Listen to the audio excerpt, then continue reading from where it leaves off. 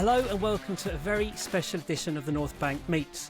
Today's guest provided the musical backdrop to my 20s and early 30s, be it Radio 1's Essential Mix, the Gallery at Turnmills, which was a regular frequent Friday haunt for me back in the day, and even I saw him once in Ibiza about a quarter of a century ago, I hasten to add. He is a clubland and radio legend, and his influence on my life and my view of the world can't be understated. I'm not going to fanboy too much here. When I segued away from clubbing, my clubbing era, into maybe more sedate family time, I learned he was a massive Arsenal fan, and his place as icon in my life was cemented. And so it's my very great and giddy pleasure to welcome Judge Jules to the show. Thank you so much. Hello. I could have introduced you as Judge Jules MBE. I didn't realise this until recently was on the King's birthday honours list, which I was naturally very pleased to accept. I'm not one of these very small minority of silly idiots who think who think it's something to be rejected. I was very, very happy. I've never knowingly spoken to anybody who's been in receipt of an MBE. How do you find out? Like, is it a phone call? Is it a letter? You get a letter, actually, from the. I thought it was a parking ticket, and there it arrived, or I thought, a tax demand, but there it was from the Cabinet Office. You find out a few weeks beforehand, just on the off chance you're one of the, again, aforementioned very silly people who turn it down. You accept it, and a few weeks later, it's formally announced, and I was really happy. So you got it, and I've written this down, for significant services to music, entertainment law and young people. Must made you feel quite proud of your achievements? Absolutely. I'm it's a bit strange, but I've got an uncle and an aunt with an OBE, which is one level up from an MBE. So I still feel I need to get a promotion at some stage. You're not the highest rank within your family, let alone. I'm not, regrettably. It's weird. It sounds weird to say it, but it's true. Excellent. So look, ostensibly, we're here to talk about Arsenal, and something that I'm always curious about is to ask the guests about their Arsenal origin story. Now, your surname's very Irish, like mine, and I wonder, was there an Irish influence in your reason for navigating or gravitating towards Arsenal? I'm from Crouch End in North London, which is literally about a mile away from Highbury, and pretty much a mile away from the Emirates, and Now I live in Highgate Village, and if I stroll out my front door, I can see the Emirates when we went for the parade after we won the league, I actually walked there from home. So I'm a real North Londoner. Was it? I went to primary school just off Holloway Road, and it was very much 50-50 Arsenal and Spurs. How was it? How was it growing? And do you know what? It might be almost like heretic to say it, but I do a lot of my mates growing up do support Tottenham, and so I don't have the visceral hatred of Tottenham that some people do. I never want Arsenal to lose. I mean, obviously I'm an Arsenal supporter, but I don't. It's not like that sort of crazy, like demonic hatred, because so many of my mates are Tottenham supporters. But so it was a real double-edged sword when it looked like they might be relegated. On the one hand, my ideal scenario was they suffer until the very last day, but don't get relegated. Because actually, do you want to lose the North London derby? I mean, forget my sort of sympathies to my mates. Actually, I wouldn't. I've been to, 30, 40, 50 North London derbies. Would I not want to have that as part of my annual pilgrimage to the Emirates and away, if I can get the away tickets? Absolutely not. So, but do I want my Tottenham supporting mates to suffer badly? Yes, I do. It's an easy 6 points, isn't it? We've guaranteed for next season. It certainly has been, yeah. Going back to your kind of early years, formative years, Crouch End area, were there any kind of standout matches or standout games? I mean, maybe 79 Cup final, 89, things like that, or maybe just more personal to you. I went to the 79 and to the 80 Cup final. I remember when we lost to West Ham in 1980, I walked home from Wembley, which seemed like a good idea at first. And like 3 hours later, when I was extremely miserable, I realised what a bad idea. I remember there were some really funny moments. I mean, you used to be able to rock on up to the North Bank and just pay in, and if you wanted to go as a sort of youth, you could go in the West Stand as well, more cheaply. It seems really bizarre to talk about an environment where you could simply pay and turn up, but that was the situation. No ticket required. I think there were sort of tickets in the seating parts, but in the standing bits of the Clock End and North Bay, you just turned up. And I got on the W7 bus from Crouch End to Finsbury Park, and I walked there, and that's what I did every time. And went to some away games as well. You could slightly more complicated with away games. I mean, now away game tickets are so difficult to get hold of unless you can go to all of them, which I really can't because of my DJing. So, but yeah, that was the regime. Stroll down the road, 5 to 10 minutes, get the W7 bus, go to Highbury. I went to almost all games in the season because if you recall, the one way you guaranteed an FA Cup final ticket, and there were many FA Cup final appearances around that time, was to have each of the programmes, and you cut a little kind of voucher out the back of a programme. You stuck it onto a sort of sheet, a bit like, I don't know, Green Shield stamps or Panini football stickers. And if you had all the programmes, your little voucher you cut out, you then went right up the queue to get an FA Cup final ticket if Arsenal got into the cup final, which of course Arsenal did quite frequently. But had good and bad memories. Was there when Steve Morrow was dropped by whoever dropped him when Tony we won Adams. the Elite Cup. Yeah, it was Tony Adams that dropped him. Yeah, been to most FA Cup final. I think I've been to all FA Cup finals. I didn't go to this year's League Cup final. I was rather hurt by our last experience against Man City, and to me, I don't know, a second sense suggested that we weren't going to win it, and I was correct. And I suppose my loyalty to I'm rambling a bit, and you might want to ask some questions, by the way, but my loyalty to the League Cup is a little bit less fervent than my loyalty to the FA Cup. Indeed. Those early memories, those trips, was that with like a group of mates or family? Yeah, well, we'd meet up in a certain place to if you were looking out of the goal, to the right of the goal, sort of 2/3 of the way up the North Bank. I'm not sure why that was our chosen spot, because it wasn't necessarily the place with the best view, but it was just where you met your mates. And there were a bunch of mates. We met there every game. You turned up, you paid your £5 or whatever it used to cost, and there you had it. I remember it being really strange that you could watch the first half behind one goal and then walk around the ground and watch the second half behind the other goal. Back in the late 70s. So my first games were like 79, 80, that kind of era. I remember you could do that. You couldn't do that. You definitely couldn't do that via the West Stand, because the West Stand had this kids enclosure that was very cheap. So I'm not sure you could do it there. I could well be making it up. I don't want to question your view of history. It's my childhood. I'm sticking with that memory. The park that was across the road from where I used to live, I thought was massive and is literally a gap between two houses when I went back to see it as an adult, and I was absolutely devastated. So I may be talking about walking around a corner rather than down the whole stand. But yeah, so in terms of those kind of pre-Wenger years, were there any players that stood out, like maybe unusual players that you kind of connected with? I mean, in the sort of early 90s Arsenal, I think I had a mate who used to get us into the players' lounge after the matches, actually, at Highbury. And this is pre-Wenger, when all the players would go and have a beer, Tony Adams obviously included.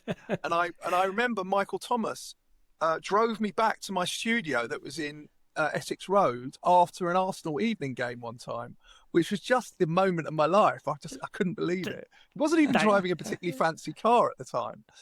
This was before it was Michael Thomas. Yeah. Wow. Yeah, it was bizarre. I mean, you can't imagine that happening now. Yeah, and he was driving like a sort of a Ford Escort or something really unimpressive. But when you tell people that, nobody actually believes you. But for the time, the Ford Escort was probably like, a boss car, and they'd probably been gifted it from a sponsor or something like that. Yeah, of course. In terms of the Wenger era, then, what about any kind of players that stand out? My favourite Arsenal player, I mean, the obvious choice for most is Thierry Henry, but Patrick Vieira is my favourite Arsenal player of all time. Largely because it just didn't it didn't seem sort of physiologically possible that he could be as good as he was, considering what a huge lump he was. 6'4", with just incredible skill and skill, power, and dominance. Yeah, and it's so weird seeing. Roy Keane's more of a pundit than Vieira is, but it's so strange seeing them in the same studio. Which one does. On that, there's a woman who works for ITV who's quite prominent on social media. She goes by Queen Guna, and she's been documenting her time, like she's working out in America for ITV covering the World Cup. She works behind the scenes, and I messaged her and said, what are Keane and Vieira like off camera? Do they get on, or is it just kind of like pleasantries? And she said, no, they're really good friends. So I was like, wow, that blew my mind. We all grow up and calm down a bit. Yeah, exactly. Roy Keane's a really interesting example of somebody who's actually become a national treasure, almost like an Ian Wright style national treasure, in a very different way, where he's sort of spoof angry, but actually very entertaining to watch. And if you were to name two bête noirs of the Alex Ferguson versus Wenger era, it would be Gary Neville and Roy Keane above all else, because Gary Neville could never keep his mouth shut about Arsenal. And of course, Keane had so much history with Vieira, that infamous tunnel incident. But actually, both of them have come across really quite well as they've grown older. So I think all is forgiven there. I wouldn't quite go that far. Just on I was interested in what you're saying about Spurs. I don't have a visceral hatred for Spurs either, but my hatred is kind of reserved for Manchester United almost exclusively. Absolutely. It's me and Man U and Chelsea. They're my two. Yeah, they're my two. Yeah. Chelsea, I dislike far more than Tottenham, and don't mistake any positive sentiments about Tottenham as being me sort of wanting them to do well, or me being a supporter. No, I just think one can have a bit more objectivity when a lot of your mates support another team. Yes. Chelsea, different story. Yeah. No, that's good, and I'm absolutely the same. More recently than last season, we've described during the pod last season, we described our title challenge as like a 3 or 4 season title challenge. It felt like it was going on forever. 3 consecutive second place finishes, and obviously we got over the line last season. How did you actually enjoy, if you did enjoy it at all, last season? Like it felt there were so many single goal wins. I enjoyed it enormously. Was that at the time, or was it? Well, no, retrospectively, even Man City, when they won 4 titles in a row in consecutive years, their supporters must have had moments where they questioned whether they would win the league that year. So of course, one question. There were a number of occasions where we thought we'd blown it. Bournemouth at home being one of the best examples. But no, you knew. It's funny that. So I've got 2 kids, a boy and a girl, and they're both in their 20s, and they're both very mad Arsenal supporters. More go with my 2 season tickets when I can't go, because DJing forces me, unfortunately, to miss certain games. But neither of them have really have lived through the golden era of Arsenal, where one can be, understand what it's like to support a team that does actually win things. So, to me, I was quite sympathetic towards Arteta, and felt that as long as we sort of incrementally improve every year, that was all good. So had we slipped up and come second but got to the Champions League final, that would still have represented incremental improvement on the previous year. Whereas one of my kids especially was like, if we don't win the league this year, Arteta should be sacked. Which of course seemed like nonsense to me. Careful what you wish for. The grass is always greener. Look at how some of the leading teams have prospered when they've lost their manager. So anyway, that was, the rest is history. Arteta is rightfully lauded for what he's achieved, both on and off the pitch, with the sort of branding element and the supporter element and the general atmosphere. It used to offend me significantly when people talked about the Highbury Library and how Arsenal had no atmosphere. Yes, of course, if you go to Liverpool or Newcastle, you will get a better atmosphere than you do at Arsenal. But then it's the same if I DJ in Liverpool or Newcastle compared to London. It's just, or Ireland, for example. There's just a a genuine sort of Celtic spirit that makes, because of course Liverpool's the second capital of Ireland as well. There's a sort of Celtic spirit that makes people go a bit mad in certain places. I mean, I'm not sure how that applies to Newcastle. I suppose remote city spirit in the case of Newcastle. So it used to kind of piss me off that people were very, very negative about the atmosphere at Highbury. I don't think it was as bad as people suggested, but the acoustics weren't great, and obviously having the Emirates, where it's all fully enclosed, having North London Forever as a theme. I mean, a lot of those small, little moments of improving the and little touches of improving the general atmosphere and the match day experience have really worked. And I would still say there's two aspects of the match day experience that are shocking. And one is the mobile phone reception, and two is the sound system in the Emirates, which is fucking shit. 100%. Really bad. And needs to be improved. And I'm not just saying that because I'm a deaf old DJ. It really is poor. And if they can set up sort of temporary good mobile phone reception in Glastonbury and other, I was at Formula One at the weekend, they can set up a good mobile reception in big crowd gatherings, then why is it not possible at the Emirates? It makes no sense to me. But I'm not even nitpicking because they're important points, but actually, what a change to an atmosphere that's been noticed by even the likes of Gary Neville have given Arsenal credit for that. Yeah, it's been noted. I mean, if you compare it to the Xhaka incident where he threw his shirt to the turf and the toxicity in the stadium that existed in that moment, and Arteta should get great credit for totally transforming the atmosphere within the ground, and the connection between the players and the fans has been amazing. And I was just thinking, I have a 20-year-old daughter, and when we finally won the league, when the game, the City dropped points at Bournemouth, the kind of celebrations went on for 2 or 3 weeks because of the timings. Is there any moment in that celebration that stood out for you? I mean, I personally, the impromptu Tuesday night gravitation towards the Emirates Stadium was special for me to share with my daughter. Is there anything that was particularly personal for you? I live sort of half in London and half in Mallorca, where I am at the moment, and half the week in each. And I was in Mallorca and I was watching the game in the sports bar. I had a strong inkling that City would drop points at Bournemouth because of how great Bournemouth have been this season. And I was in this sports bar, not a sort of traditional sports bar where there's only Brits supporting Premier League teams. There were Germans, there were some Belgians in there, and they just looked at me when I was screaming in the streets. Looked at me like I was an utter British, horrible hooligan lunatic. But I'd relive it, and if I relived it, I would probably be even louder and more hooliganistic. Yeah, excellent. Well, it was a release of 4 years of kind of building emotion, I guess, and 22 years is quite a long time. Let's say 22 years of building emotion. Yeah, no, indeed. Was there any game in the season where you thought, prior to that, do you know what, I think we can do this? Or was there a moment? The West Ham game. I mean, the West Ham game, sometimes one does think the football gods are on your side. And that decision where the West Ham goal was annulled, albeit the right decision, was that moment. At that point, I thought we were going to win this. I think a lot of people probably would have felt the same. It was, although it was clearly a foul, on another day it would have been given as a goal. And that was the moment, really.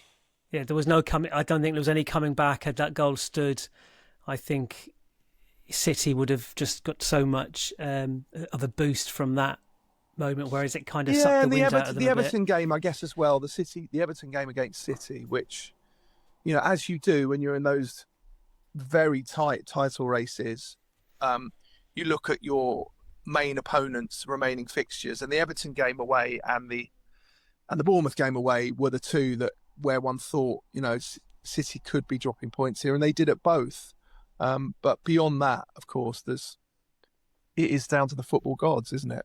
It really Yeah, is. I'm not a particularly religious person, but I believe in the football gods. they were aligned for us this season. Definitely, no red cards, no penalty conceded.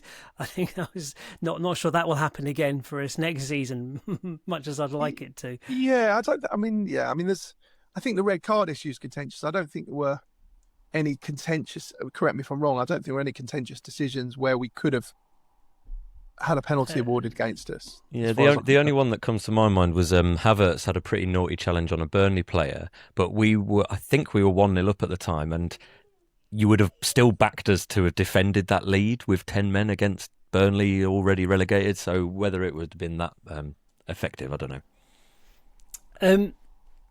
We're sitting here in the summer transfer window, transfer market. We haven't signed any players yet, but the World Cup's going on, so that's fine. Is there anything? What do you think we need to do? What do you think we will do in this summer market? What would you like to see? Left winger. I mean, I think more than a left-sided midfielder. I mean, we know the names that have been touted,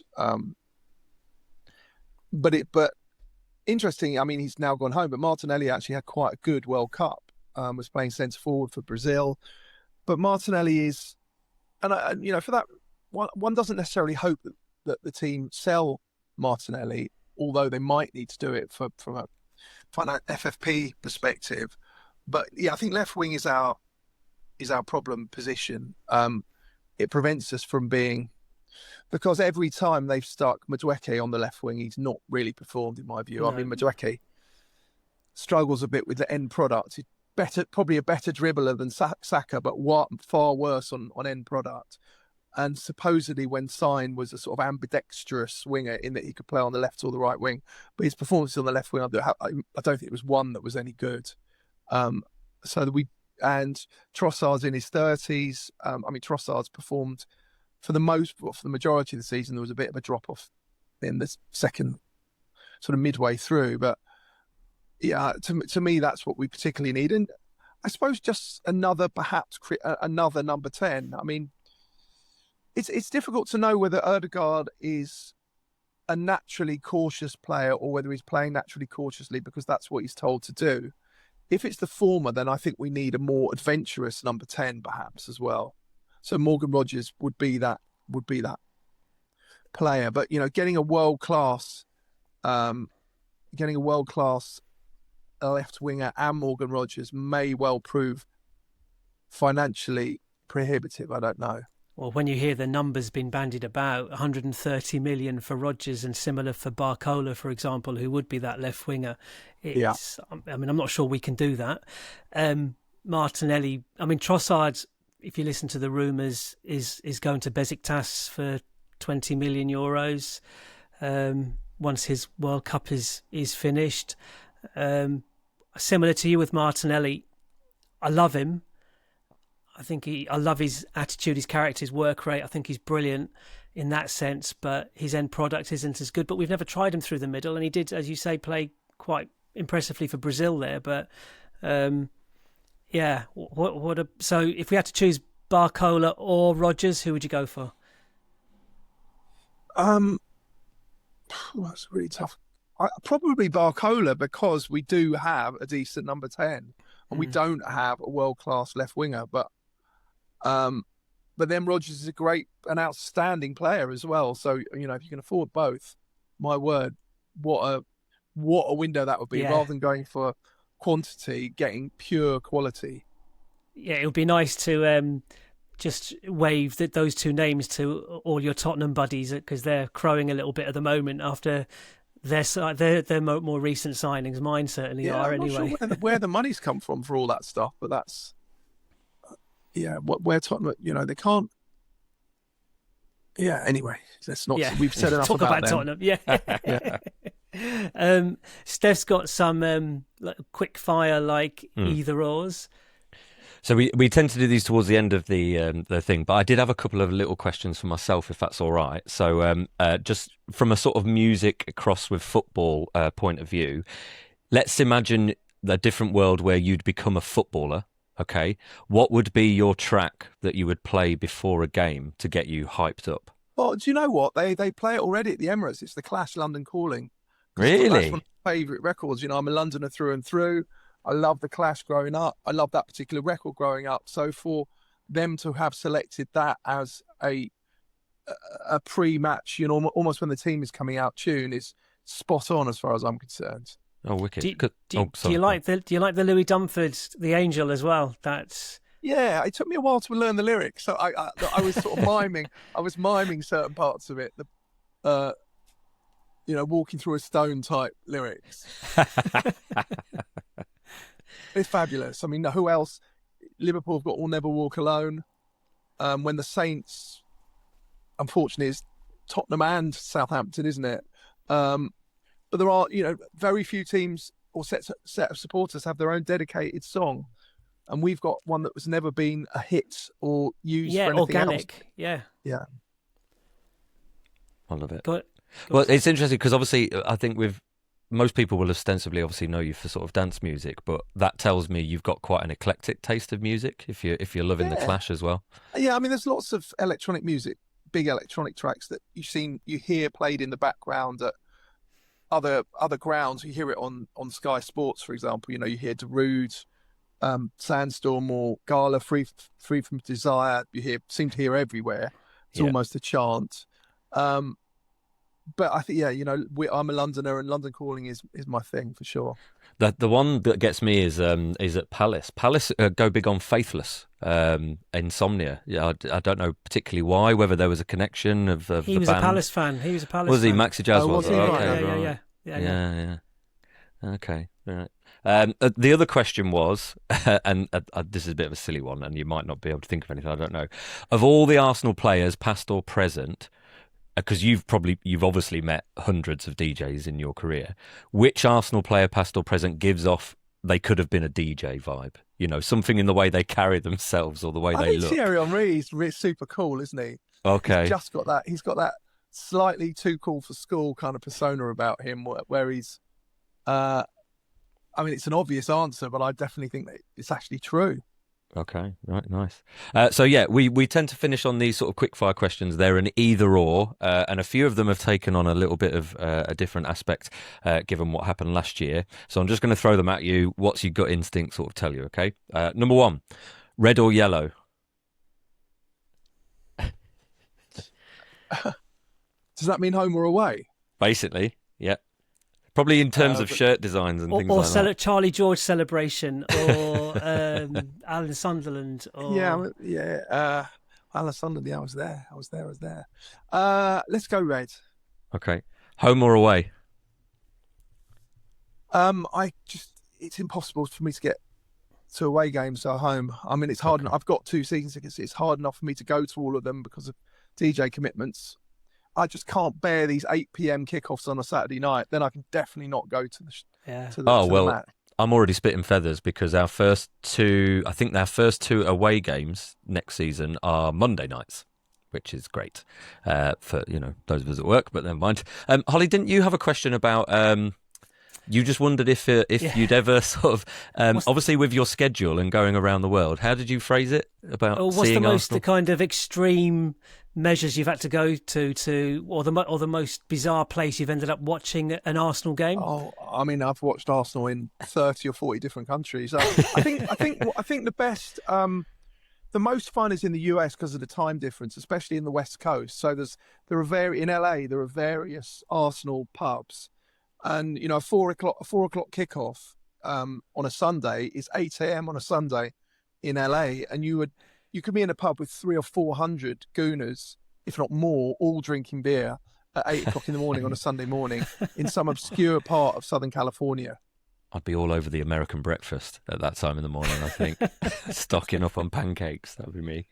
Okay. Really it was really interesting. The night of the parade, I DJ'd in Northern Ireland, and you always think, and I'm half Irish, and I find, and it really sort of pisses me off that most people in Ireland seem to support either Man U or Liverpool.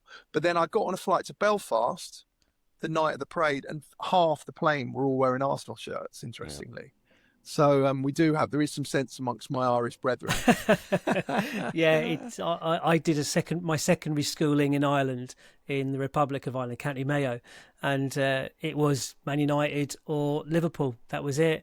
Mainly Man United because of the George Best connection, I'm assuming. But yeah, there was me and one other Arsenal fan. It's very, as a proud card carrying Irish passport holder, it brings great shame on the good name of Ireland that there's such a heavy Man U and Liverpool contingent there.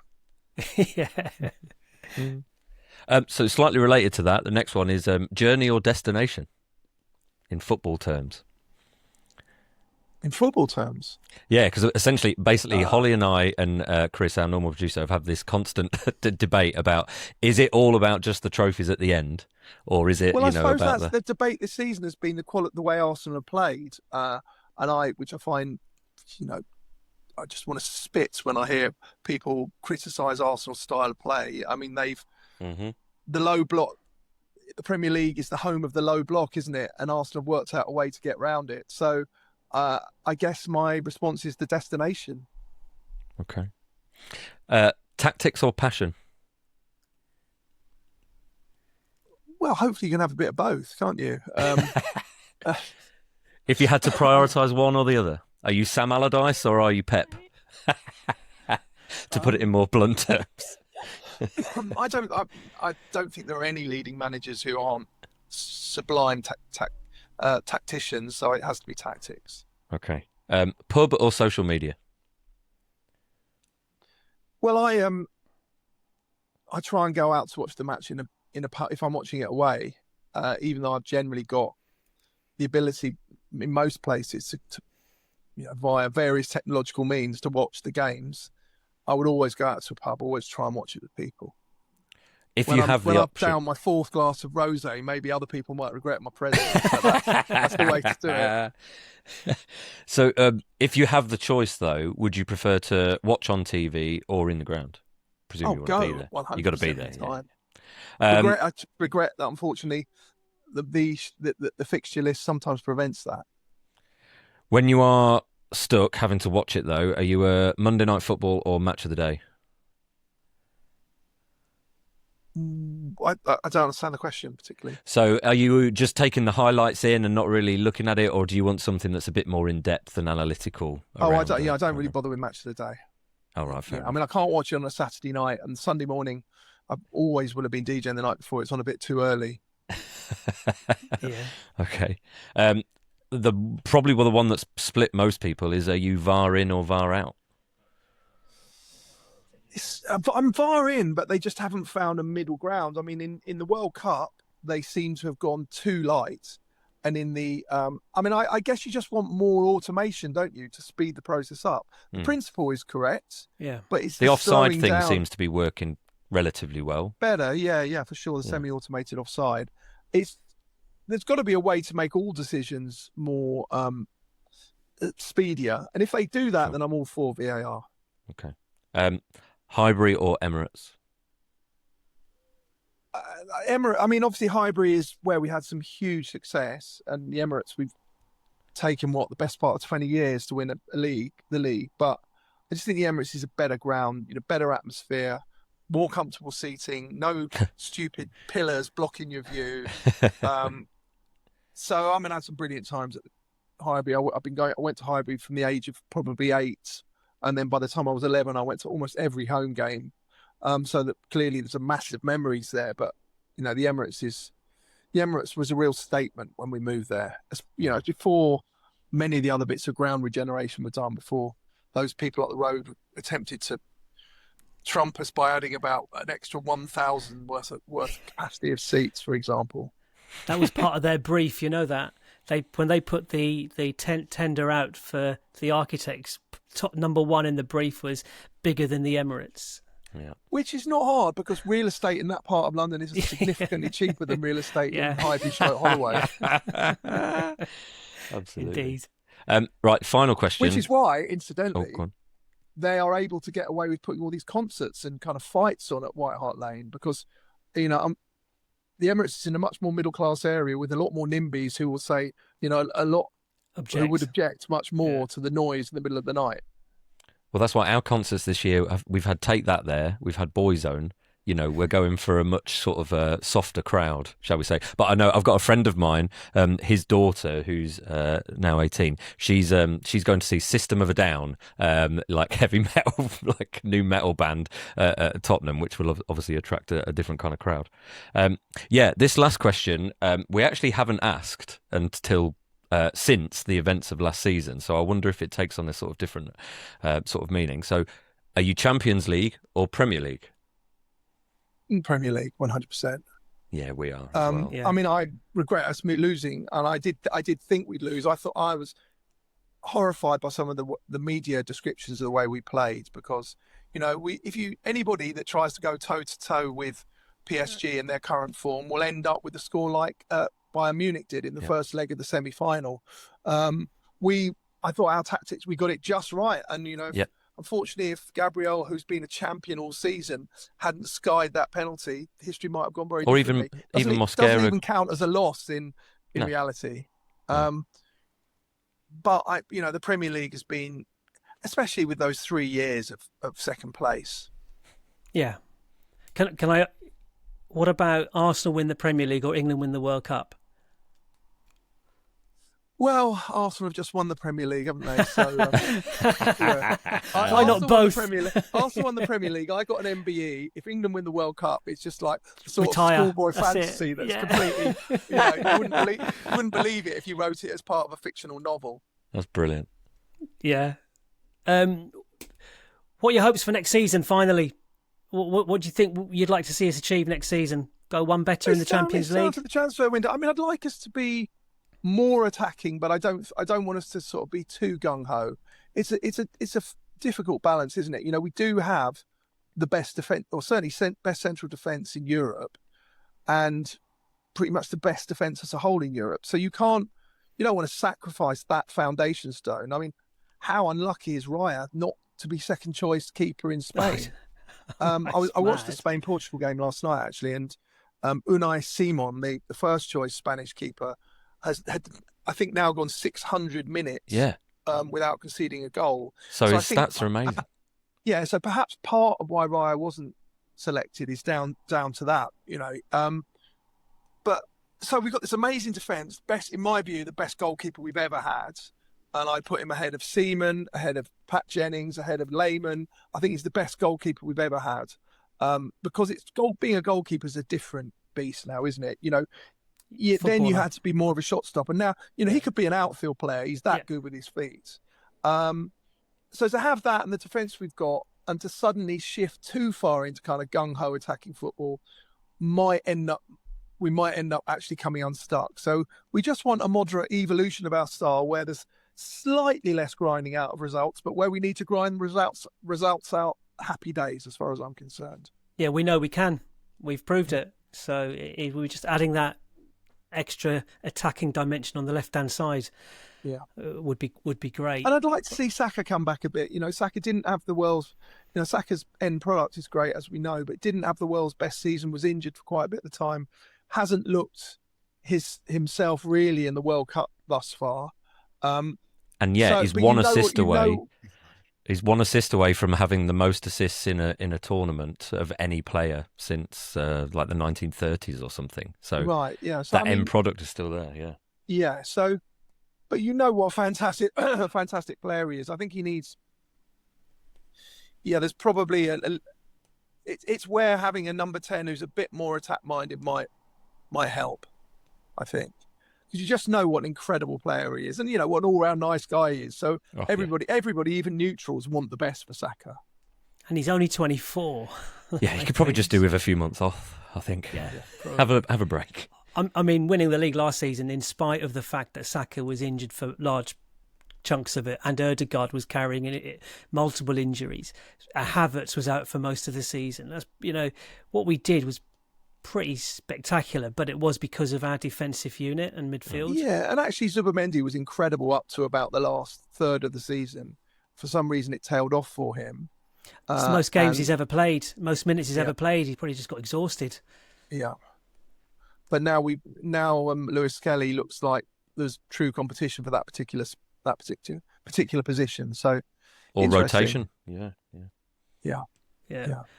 Excellent. Right. Well, listen, thank you so much for jumping on and having a chat about Arsenal. It's been an absolute pleasure and privilege to chat with you. It's hardly a job of work to talk about Arsenal, is it? Not at all, especially this summer. Yeah. We can do it as champions. We know what we are, as the song goes. Lovely. Well, anyway, thank you so much for joining us.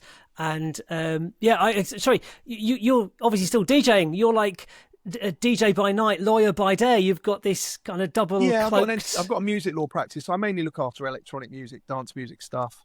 And then I DJ a lot. Last year I did 110 gigs, so I'm still, dare I say, really busy with the DJ. This forthcoming weekend I've got 4 gigs as well, so it's a busy old time. Yeah, quick bit of maths there. That's at least 2 gigs a week. Correct. Well, yeah. So that's not brilliant. Anyway, listen. On earth, but I would have got it wrong. Well, we're both English teachers, so maths not necessarily our strong suit either. But anyway, listen, again, thank you so much, and enjoy the summer, enjoy the rest of the World Cup, and we'll see you around the Emirates for the new season. And Thank I you. hope that all my references to the World Cup don't date this podcast too much. But, when you're in the middle of the World Cup, it's difficult to avoid talking about that in sync with talking about our beloved Gooners. Absolutely. We'll do a little extra record, me and Steph saying, and England was so unlucky to lose in the final to France, or England defeated France miraculously. We'll I think the former maybe what happens. Anyway, watch this space. It will be what will be will be. Lovely. Anyway, thanks for the chat again. Yeah, cheers. Bye. The North Bank, an Arsenal podcast. Subscribe, rate and review on your app, and find us on your socials at North Bank Pod. Email hello@thenorthbankafc.com and check out our website, thenorthbankafc.com. Produced by the Podcast Company.